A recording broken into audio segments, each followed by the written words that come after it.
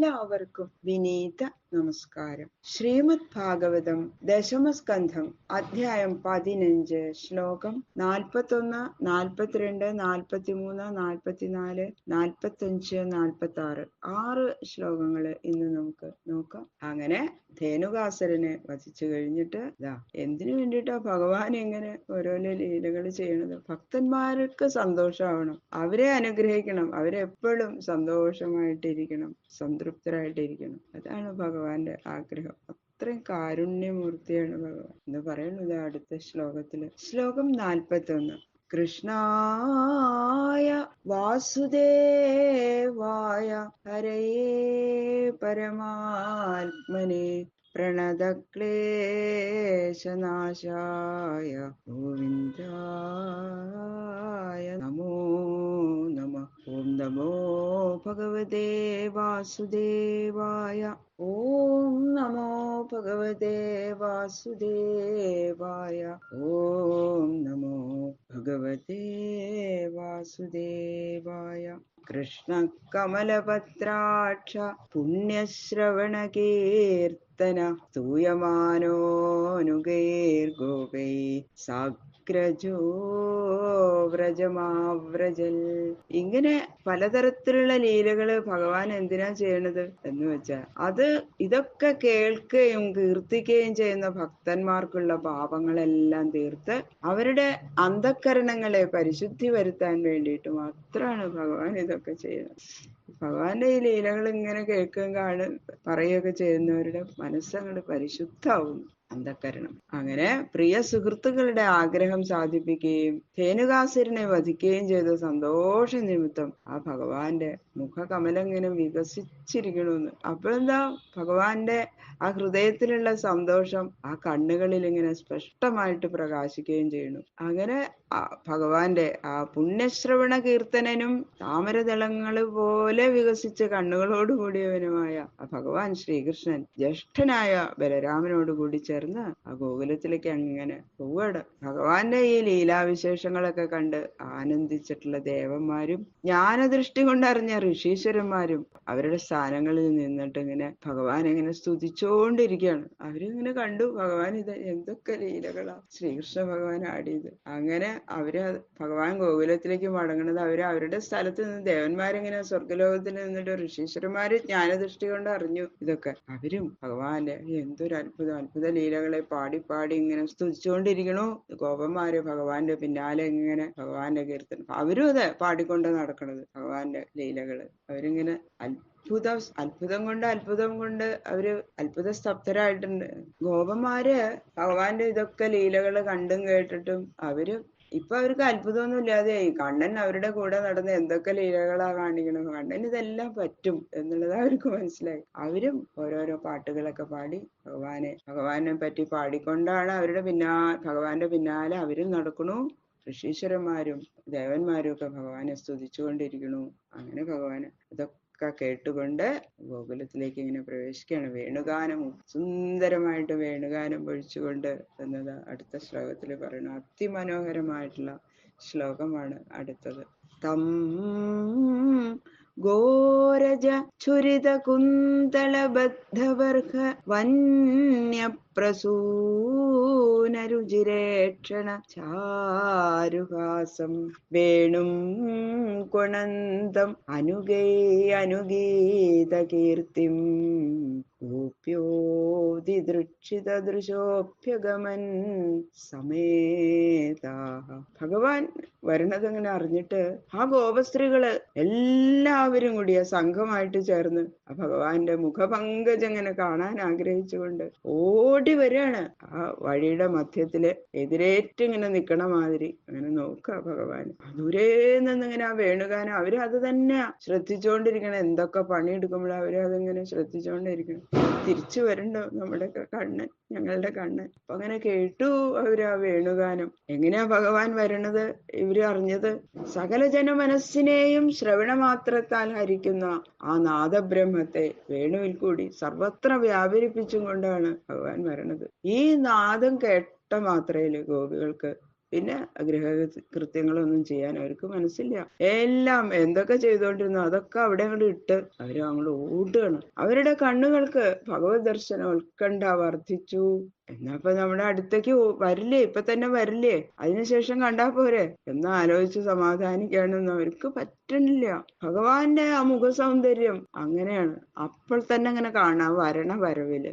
അത്ര അതിതാ വർണ്ണിക്കണു. പശുക്കളെ ആ മുമ്പിൽ ഇങ്ങനെ തെളിച്ച് ഭഗവാൻ പിന്നാലെ നടക്കണത് കൊണ്ട് ആ പശുക്കളുടെ കുളമ്പുകള് ഭൂമിയിൽ തട്ടി ഇങ്ങനെ പൊടികൾ ഇങ്ങനെ പൊങ്ങുണ്ട്, പാറി പറക്കുന്നുണ്ട്. അതിങ്ങനെ ആ തലമുടിയിലൊക്കെ ഇങ്ങനെ വ്യാപിച്ചിരിക്കുന്നു. ആ കാർമേഘ കാന്തി പോലുന്ന തലമുടികളില് പീലിക്കണ്ണുകളും കാട്ടിൽ നിന്ന് പറിച്ചെടുത്ത പലവിധ മനോഹര പൂക്കളും ഇങ്ങനെ തിരികിയിട്ടുണ്ട്. നാലു ഭാഗത്തും നിന്നുമുള്ള സ്ഥല മനോഹാരിതയെ കാണാനായിട്ട് കണ്ണുകളെ ഇങ്ങനെ, അത് അപ്പോഴും നടക്കുമ്പോഴും അത് ആസ്വദിച്ചുകൊണ്ടാ നടക്കണതേ. കണ്ണുകളെ ഇങ്ങനെ അങ്ങടും ഇങ്ങടും ചലിപ്പിക്കണു. അതിസുന്ദരമായിട്ടുള്ള ആ കണ്ണുകളുടെ ചലനം കാണണം. അങ്ങനെ ആ ഉത്സാഹത്തോടു കൂടി നോക്കുകയും സന്തോഷം നിമിത്തം മനോഹരമായിരിക്കുന്ന പുഞ്ചിരി ആ മുഖത്ത് ഇങ്ങനെ പ്രകാശിപ്പിക്കണം.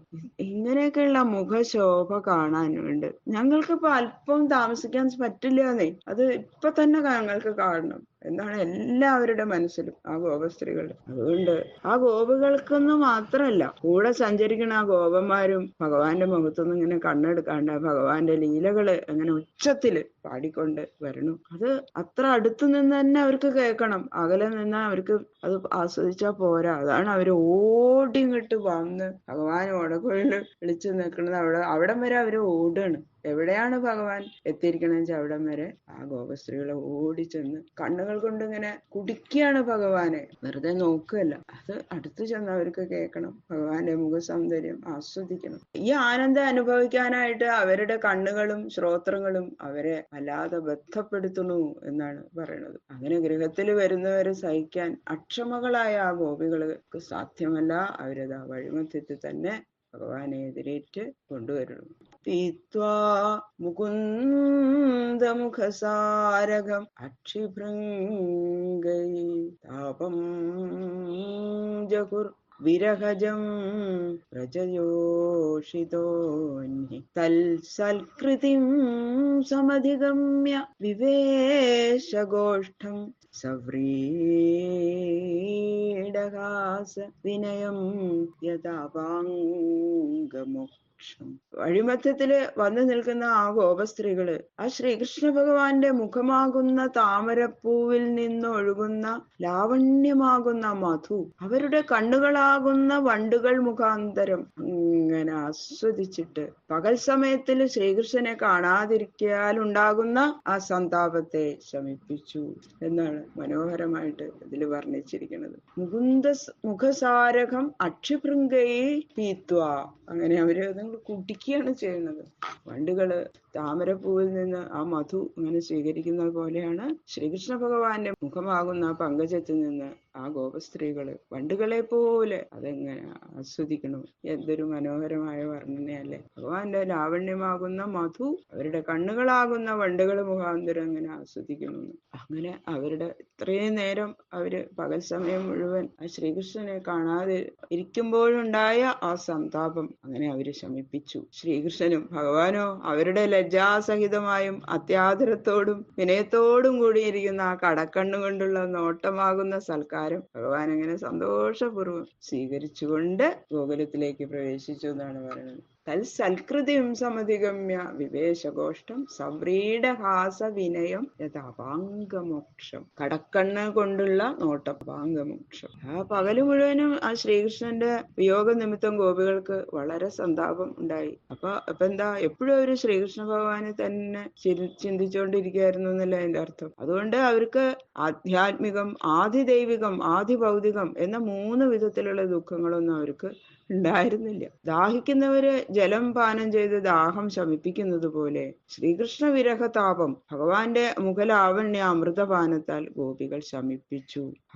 എന്തൊരു ഭാഗ്യവിശേഷം. തയോർയശോദാരോഹിണ്യൗ പുത്രയോ പുത്രവത്സലേ യഥാ കാമം യഥാകാലം വ്യഥത്താം പരമാശിഷ.